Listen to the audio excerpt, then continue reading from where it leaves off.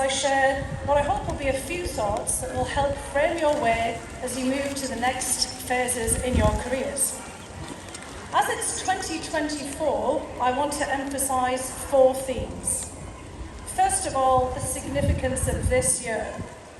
2024, as I think we're all aware, is a pivotal and historic year globally and domestically.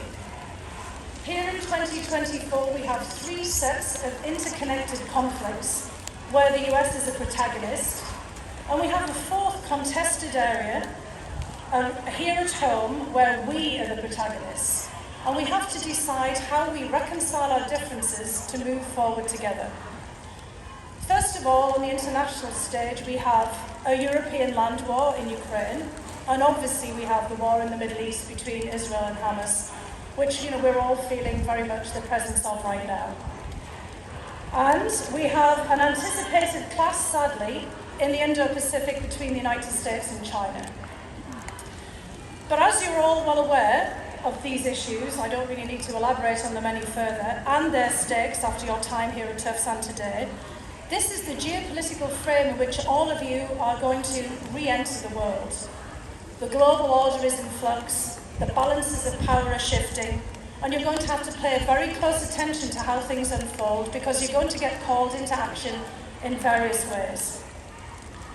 Here on the domestic front, the fundamentals of our national power have been shaken by dramatic economic, technological, demographic and climate changes, for good and for bad. The world is moving and changing rapidly, often too rapidly for most people to keep up with. And the rise of populist politics and the so-called culture wars are products of this rapid change. But they're also rooted in the past, in the post-industrial economic disruptions of the 1980s, which all of you would have felt directly here in Medford and Boston had you studied at Tufts in that period. I discussed these disruptions in my recent 2021 book, There's Nothing for You Here, drawing on my own personal experience of these dislocations when I was growing up in northeast England, when the coal mines and all of the industry disappeared. And I saw the same developments when I came here to the United States and to the northeast of the US in 1989, and also in Russia. Unfortunately, over the past half-century, we've failed how to figure out how to deal with the consequences of these earlier economic and technological changes on specific regions. The greater Boston area has actually bounced back, in part because of Tufts and all of the other universities here that have invested in transformative education and created new technology and innovation hubs. But other parts of the United States have sadly fallen behind. And you see the consequences of the diverging incomes, life expectancy, life outcomes, including educational attainment in specific places and also in our domestic politics. A not insignificant swathe of our population feels left behind, economically and also left out of mainstream politics. And they're willing to shake things up by supporting anti-establishment movements and even authoritarian politicians. Now, in fact, our domestic and our international crises mirror each other. We've lost trust and confidence in domestic and international institutions simultaneously. So right now, everyone seems to be searching for a strong man or something to save the day with quick fixes for what, frankly, are long-term and intractable problems. So this year, 2024, is the critical year for addressing these crises by making choices. We have elections not just in the United States, but in 64 countries across the globe. Half of humanity is going to the polls this year. From the European Union to the UK to India and Indonesia. That's 4 billion people, which is a humbling and almost unimaginable number. The population of the world is 8 billion right now, and we in the United States represent just 4% of that number. But our weight in the international stage means that our elections are going to shape the future for years to come for everyone else as well. So that means exercising our choice is especially consequential, and we have to be good global citizens. So that brings me to Tufts, because here at Tufts, being an engaged civic citizen is a central theme of the curriculum that you've all just gone through. The concept of public service is deeply embedded in everything you do and in this institution. And being engaged means not just voting, it means actively participating in the life of society as many are right now. And many of you here today are international students, and I'm sure that you're thinking about what impact you can bring to your home countries as well, not just to here in the United States. Back in 2017, I made a very difficult personal decision to enter public service after the 2016 presidential election. This was after Russia attempted to interfere in our electoral process. My education and previous government experience that Sunil outlined there put me in a position to do something. I've always maintained a broad perspective. I've worked with people with diverse views. But I knew, obviously, that the Trump administration was going to be particularly challenging, and I sought advice. Some people told me not to do it, but others stressed the importance of principled pragmatism in public service and knowing what lines not to cross. My best advice came from a former boss, Martin Indyk, who happened to actually be one of the Middle East peace negotiators at this time. And he told me only to do it, only to enter the administration, if I could be part of the solution. And if it looked like I was going to become part of the problem, then I should leave. So figuring out how to be part of the solution and not part of the problem is something that you learn here at Tufts to take away with you and thinking about that.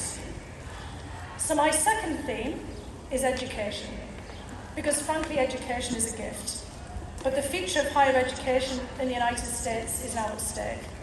The current upheaval on college campuses over issues of war and peace, social change, and free speech is colliding with election year politics. And amid all of this, we have to remember that education is our collective investment in understanding the world and also securing the future for ourselves and for everyone else.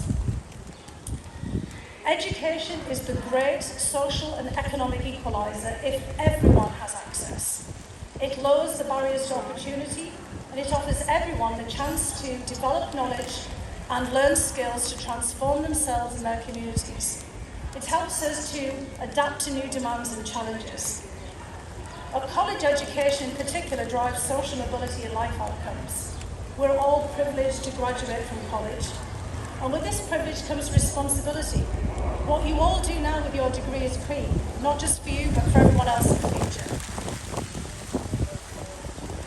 You have to figure out how to be part of the solution and continue to learn and discover.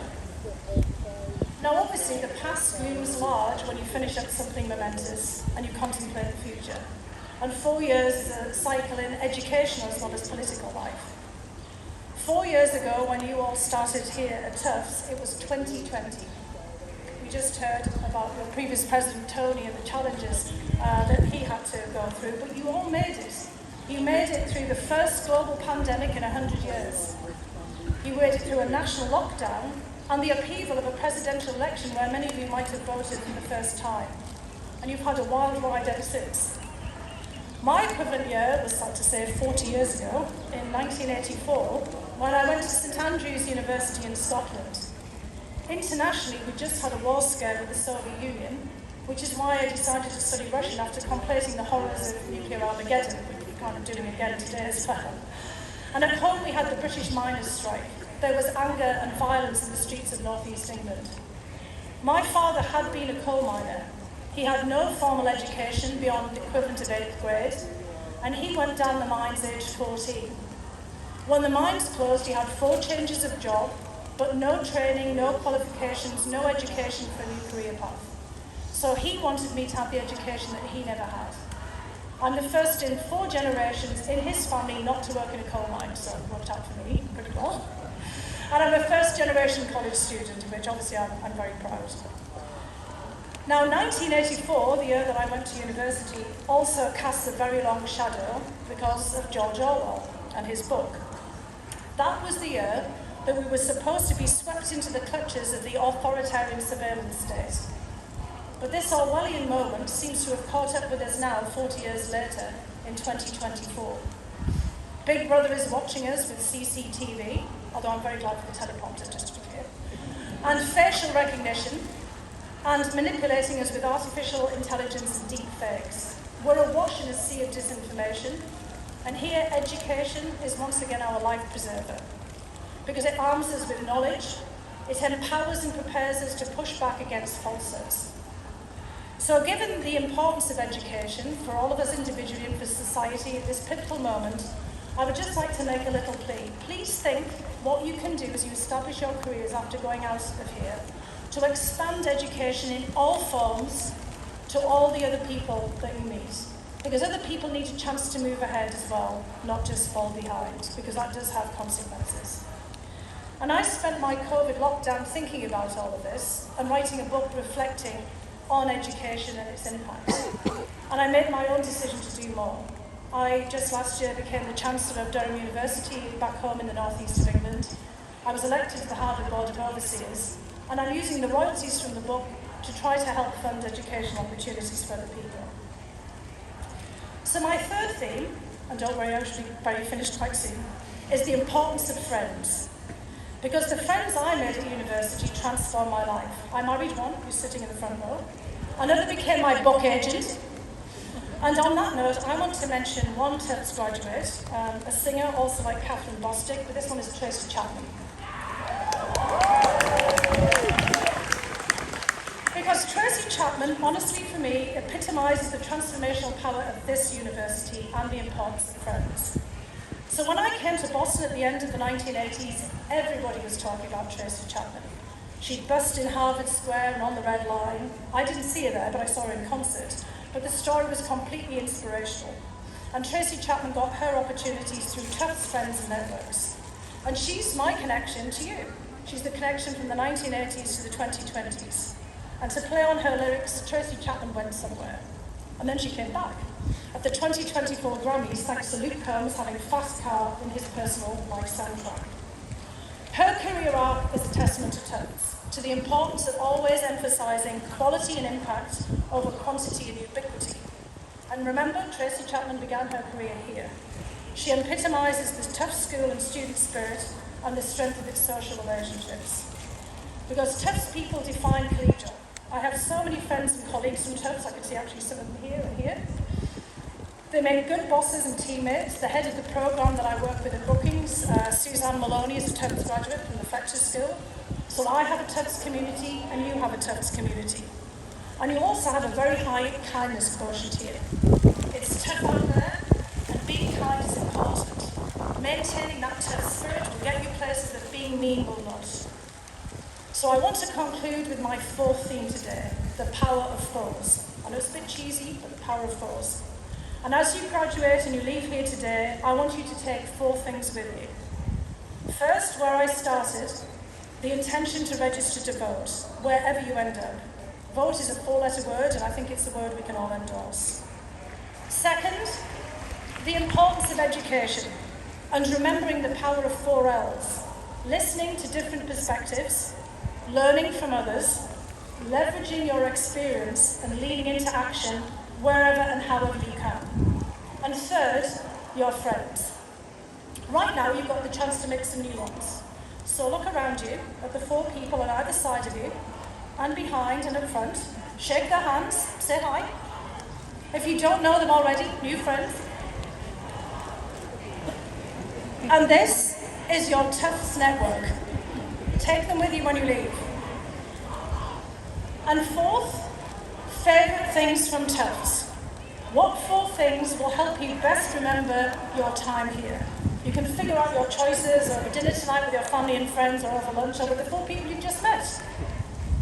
And then one final piece of advice on the theme of 4s. What I've learned in life is you always need a 4 number, a 4-letter pin. And graduate begins with G, which happens to be 4 on the pin pad and has 4 letters. So there are lots of possibilities with number 4, and may the 4s be with you.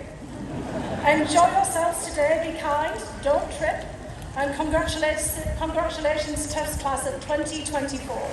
Welcome.